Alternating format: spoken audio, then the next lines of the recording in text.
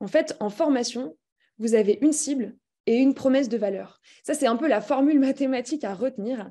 Et du coup, pour personnaliser votre fond et assurer un succès auprès de votre cible, il y a des éléments qui peuvent vous aider, comme la méthode du persona. C'est une méthode qui est tirée du marketing, finalement, pour adresser le bon message à la bonne personne au bon moment. Et finalement proposer une expérience qui convienne parfaitement aux attentes et à ce que recherche un futur acheteur, en marketing en tout cas. Côté formation, c'est pareil. La méthode du persona, finalement, ça consiste à créer une représentation fictive. Donc, c'est quelqu'un qui n'existe pas. Vous allez créer sur un papier avec votre équipe ou seul, hein, pour le coup. Vous allez définir, donner vie à un membre, à une personne qui appartient à un groupe sur lequel, en fait, son comportement, ses motivations et ses objectifs sont assez représentatifs de tout le groupe.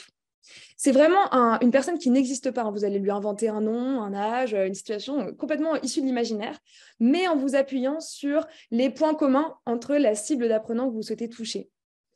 Et l'intérêt de connaître ces futurs apprenants, finalement, de travailler sur cette méthode des personas, c'est que vous allez pouvoir proposer un contenu de formation dès la conception, donc dès la phase presque de brief avec le commanditaire. Vous allez pouvoir proposer un contenu qui est particulièrement bien adapté à ses besoins. Vous allez aussi pouvoir penser une forme, une mise en forme, un format adapté à cette situation.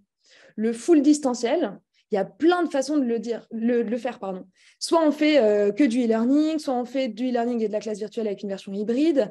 À l'intérieur d'un e-learning, est-ce qu'on fait un e-learning plutôt de 30 minutes où on fait des capsules, ou alors est-ce qu'on fait des modèles intermédiaires? Bref, il y a plein de formats à se questionner dès la phase de conception.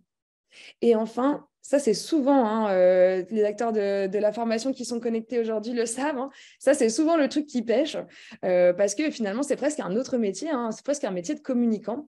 C'est comment, une fois que ma formation est créée, comment je la diffuse de façon impactante pour toucher un maximum de personnes et m'ancrer finalement dans leur quotidien pour faire le lien, vous vous souvenez avec le chiffre que je partageais tout à l'heure, avec leurs vrais besoins du quotidien et du terrain.